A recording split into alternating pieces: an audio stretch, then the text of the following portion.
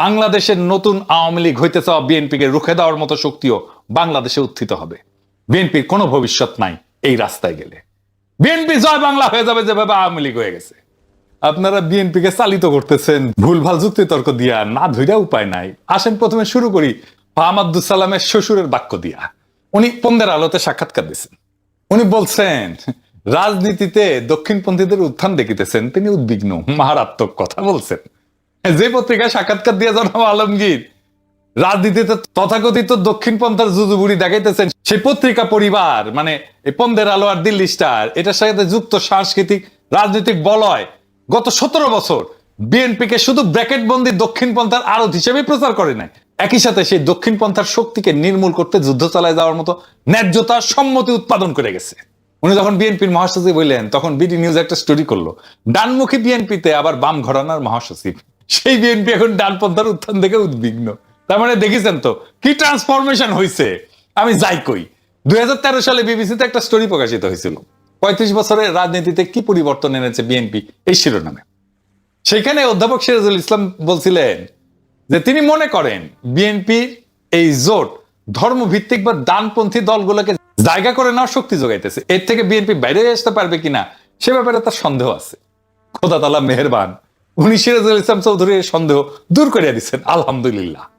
যাই হোক, এখন দেখার বিষয় সে পন্দের আলো আর দিল্লি স্টারের ঘোড়ায় চেপা মির্জা ফখরুল ইসলাম আলমগীরেরা কত দূর যাইতে পারবে। ওনারা যাবেন, তবে মরণের পথে যাবেন। কারণ ওনারা অচিরেই বিগত 17 বছরের চলা ছায়াযুদ্ধকে আবার এই জমিনে ফিরাই নিয়ে আসবেন। রক্ত পিপাসু প্রগতিশীল বয়ান এবং হিন্দুত্ববাদী ব্রাহ্মণ্যবাদী বামপন্থার কোলে চেপে ভারতীয় আধিপত্যবাদের বিরুদ্ধে লড়াকু শক্তিকে নির্মূলের বদ্ধভূমিতে পরিণত করবেন বাংলাদেশকে। জি, সে আলামত স্পষ্ট। হাসিনার ফ্যাসিবাদে রাজনীতির যে সমস্ত ভাষা, বয়ান, কালচারাল যে সমস্ত উপাদানকে জনগণ ছুঁড়ে ফেলে দিছে 24-এর বিপ্লবে, আর সেইগুলা ব্যবহার কইরা 5ই আগস্টে পরাজিত শক্তিগুলো তাদের পুরনো সেই অস্ত্রের ভাষায় শান দিচ্ছে, বয়ান তৈরি হইতেছে। 1 বছরের মধ্যে এই অবস্থা দেখেন। বিএনপি তাহলে মনে রাখা উচিত, বাংলাদেশের নতুন আওয়ামী লীগ হইতে চাওয়া বিএনপিকে রুখে দেওয়ার মতো শক্তিও বাংলাদেশে উত্থিত হবে। বিএনপির কোনো ভবিষ্যৎ নাই এই রাস্তায় গেলে। বিএনপি জয় বাংলা হয়ে যাবে যেভাবে আওয়ামী লীগ হয়ে গেছে। বিএনপি আজ এক ঐতিহাসিক সন্ধিক্ষণে দাঁড়ায়। সামনে একদিকে ক্ষমতার সম্ভাবনা, অন্যদিকে নৈতিক এবং আদর্শিক দেউলিয়াত্বের বিপদ। যারা মনে করে অন্ধকার ঘরে ঢুকে দেওয়ালে হাত রেখা পথ পাওয়া যায়, তারা ভুলে যায় রাজনীতি শুধু কৌশলের খেলা না, এটা বিশ্বাস এবং মূল্যবোধের যুদ্ধ। এইবারে শেষ দেই, তারেক রহমান নিজে বলছেন একটা কথা, যে কথাটা মারাত্মকভাবে ভ্রান্ত। আসেন সেটা একটু বুঝে দেখি। তারেক রহমান বলছেন শহীদ শুধুমাত্র কিন্তু একটা সংখ্যা না, একটা প্রাণের সমাপ্তির অর্থ হলো একটা পরিবারের মৃত্যু, একটা স্বপ্ন এবং সম্ভাবনার অবসান। 21শে জুলাই নাকি এটা বলছেন। খুব দামি আর ভারী কথা বলছেন মনে হইতেছে, তাই না? হ্যাঁ, এটা আবার জাতীয়তাবাদী ছাত্র দল তার ভেরিফাইড পেজে ট্যাঙে রাখছে। কিন্তু এই কথার মধ্যে লুকায় আছে বিএনপির ক্ষমতায় আসার ইঙ্গিত। মানে বিএনপি ক্ষমতায় আসতেছে, আমি নিশ্চিত বিএনপি ক্ষমতা আসতেছে। কারণ বাংলাদেশে সাধারণত মূর্খরা ক্ষমতা আসে। বিএনপি যে মূর্খে ভরে গেছে এই বক্তব্য তার প্রমাণ, বুদ্ধিভিত্তিক দেউলিয়াত্বের প্রমাণ। এটা একটা মারাত্মক ভুল বয়ান। এডিটর সাহেব এটা পাশে একটু লেখা রাখেন, এটা থাকুক আর কি, সবাই দেখুক আমি কইতে থাকি। এইটা ইসলামী দর্শনে বলেন, এমনকি সেকুলার লিবারাল দর্শনে বলেন, এটা ভুল। আসেন এক এক করে দেখি ইসলামে কেন ভুল। পবিত্র কোরআনের দৃষ্টিতে শহীদের মৃত্যু কিন্তু সমাপ্তি না। কোরআন বলে, আর যারা আল্লাহর পথে নিহত হয়েছে তাদের তুমি মৃত মনে করো না, তারা তাদের প্রতিপালকের নিকট জীবিত এবং তার প্রতিদান পাচ্ছে। সূরা আল ইমরান। তারেক রহমানের উক্তিতে শহীদের মৃত্যুকে একটা প্রাণের সমাপ্তি বলা হয়েছে। এইটা ইসলামের ধারণার সাথে সাংঘর্ষিক। পরিবারের মৃত্যু বা স্বপ্নের অবসান বলা ইসলামের ব্যাখ্যায় মারাত্মকভাবে ভ্রান্ত। ইসলামী শহীদ দর্শনে শহীদের মৃত্যু কোনো ধ্বংস না, বরং তারা একটা উচ্চতর জীবনের শুরু, যার মাধ্যমে সেই ব্যক্তির পরিবারও সম্মানিত হয় এবং জাতি আশা এবং আধ্যাত্মিক শক্তি লাভ করে। কিন্তু উনি বলছেন পরিবারের মৃত্যু, স্বপ্ন এবং সম্ভাবনার অবসান। এইটা বলে শহীদ হওয়াকে অপূরণীয় ক্ষতি এবং নিরাশার উৎস হিসেবে দেখানো হয়েছে। ইসলামের শহীদের মৃত্যু অতি কাম্য একটা বিষয়। শহীদ হওয়া মানে আল্লাহর জন্য সর্বোচ্চ ত্যাগ, ক্ষয় না, এটা অর্জন। ইসলামে শহীদ হওয়াকে জান্নাতের সোজাসুজি পথ হিসেবে বিবেচনা করে। শহীদ তো নিজেকে না, শহীদের নিজের জীবন উৎসর্গ করে, কিন্তু জাতিকে বাঁচাতে সে আত্ম উৎসর্গ করে। ফলে তার পরিবার, স্বপ্ন এবং সম্ভাবনা একটা বৃহত্তর অর্থে পূর্ণতা পায়, নিঃশেষ হয় না। কিন্তু ওনার উক্তিতে এই আত্ম উৎসর্গকে ব্যক্তিগত ট্র্যাজেডি বানা ফেলা হয়েছে, পরিবারের একটা ট্র্যাজেডি বানায় ফেলা হয়েছে। এটা ট্র্যাজেডি না, এটা হিরোইজম। শহীদ তার আত্মদানের মাধ্যমে মহাজীবনের সাথে যুক্ত হয়ে যায়, তার স্পিরিচুয়াল জার্নি পূর্ণতা পায়।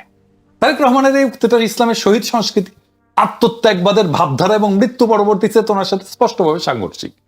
উনি শহীদের মৃত্যুকে জাগতিক দৃষ্টিভঙ্গিতে ক্ষতি এবং শূন্যতার প্রতীক হিসেবে তুলে ধরছেন, যেখানে কোরআন তার চিরজীবন বিজয় এবং রুহানি সাফল্য হিসেবে বিবেচনা করে। এইবার আসেন দেখি ওনার বক্তব্য কি সেকুলার, লিবারাল, হিউম্যানিস্ট ধারণাতেও পুরোপুরি শক্তি। ব্যক্তিকে পরিবারে সীমিত করে ফেলা এটা হিউম্যানিজমের সঙ্গেও সাংঘর্ষিক। সেকুলার হিউম্যানিজমে একজন ব্যক্তি কেবল তার পরিবারের সদস্য না, তিনি একটা বৃহত্তর সমাজের নৈতিক, রাজনৈতিক এবং সাংস্কৃতিক অংশ। শহীদের মৃত্যু যদি হয় রাজনৈতিক সংগ্রামে আত্মদান, তাহলে সেটা কেবল পরিবারের মৃত্যু না, বরং তার সমাজকে আগায় নিয়ে যাওয়ার সংগ্রামের অংশ। কিন্তু উনি বললেন শহীদের মৃত্যুতে কেবল ব্যক্তি এবং পরিবার ক্ষতির সম্মুখীন হয়, সমাজ এবং রাষ্ট্রে তার অবদান বা অর্জনের মূল্যায়ন এটা নাই। উনি আবারও বলছেন স্বপ্ন এবং সম্ভাবনার অবসান, এটা তো বিপ্লবী চেতনার অবমাননা। সেকুলার বিপ্লবী দর্শনে শহীদের মৃত্যুতে সম্ভাবনার অবসান না, সম্ভাবনার রক্তস্নাত জন্ম হয়। ওনার উক্তিতে শহীদকে একটা রাজনৈতিক ঘটনার নায়ক হিসেবে উপস্থাপন করার প্রচেষ্টা নাই, কিন্তু শহীদ তো রাজনৈতিক নায়ক, সে পরিবর্তনের প্রতীক, সে নতুন সম্ভাবনার জন্ম। কিন্তু তারেক রহমানের উক্তিতে শহীদ একটা দুর্ভাগ্যজনক পারিবারিক ক্ষতি এবং স্বপ্ন ভঙ্গের প্রতীক মাত্র। কারণ শহীদ হওয়া মানে অকারণে একটা পরিবার ধ্বংস হয়ে গেল। এই বক্তব্য কোনো রাজনৈতিক শক্তি তৈরি করে না, বরং দুর্বলতার ভাষা তৈরি করে। বিএনপি আজ এক ঐতিহাসিক সন্ধিক্ষণে দাঁড়ায়। সামনে একদিকে ক্ষমতার সম্ভাবনা, অন্যদিকে নৈতিক এবং আদর্শিক দেউলিয়াত্বের বিপদ। যারা মনে করে অন্ধকার ঘরে ঢুকে দেওয়ালে হাত রেখা পথ পাওয়া যায়, তারা ভুলে যায় রাজনীতি শুধু কৌশলের খেলা না, এটা বিশ্বাস এবং মূল্যবোধের যুদ্ধ। আপনি যদি জনগণের ভোট চান, তবে তাদের আস্থা অর্জন করতে হবে স্বচ্ছতা দিয়া, জবাবদিহিতার চুক্তি দিয়া, শহীদের আত্মদানকে শুধু পরিবারের কান্না না, রাজনৈতিক শক্তির উৎস হিসেবে মেনে নেয়া। বিএনপি যদি সত্যি পরিবর্তনের বাহক হতে চায়, তবে তাদের চাই নিজ দলের ভিতরের অন্তঃসার শূন্যতা এবং কদর্যতার বিরুদ্ধে এক বিদ্রোহ। যারা শহীদের আত্মদানকে শোক আর সম্ভাবনার অবসান বলে, যারা নেতৃত্বকে গোপনায় আর অধরা নৈতিকতার উপরে দাঁড় করায়, তাদের বিরুদ্ধে প্রথম বিদ্রোহ বিএনপির ভেতর থেকে আসতে হবে, যদি বিএনপিকে বাঁচাইতে হয়। বাংলাদেশ এখনো সেই শক্তির জন্য অপেক্ষা করতেছে, যে শক্তি শহীদের রক্ত থেকে সম্ভাবনার বীজ বনে, যে শক্তি গোপনে ছায়া পড়ে আলোয় দাঁড়ায়। নতুন আওয়ামী লীগ হইতে চাওয়াটা যত সহজ, আসলে নতুন বাংলাদেশ গড়াটা ততটাই কঠিন। সেই কঠিনের পথে বিএনপি হাঁটতে চায় না। আর সেই বাংলাদেশ গড়ার জন্য দল না, নতুন মূল্যবোধের নেতৃত্ব প্রয়োজন। শুরু হোক সেই নেতৃত্বের উন্মেষ বিএনপির ভেতর থেকেই হোক, কোনো অসুবিধা নাই। নইলে ইতিহাস আবারও বিএনপিকে শুধু একটা ব্যর্থ সম্ভাবনা হিসেবে রায় দিয়ে যাবে। বাংলাদেশে আর একটা আওয়ামী লীগ না, আর একটা বিকল্প দরকার, সত্যিকারের বিকল্প, যেটা ক্ষমতার মোহনা, আলোকিত নেতৃত্বের পথে হাঁটে, জনগণকে সাথে নিয়ে জনগণের সকল সম্ভাবনাকে উন্মুক্ত করে দেয়। ইনকিলাব জিন্দাবাদ।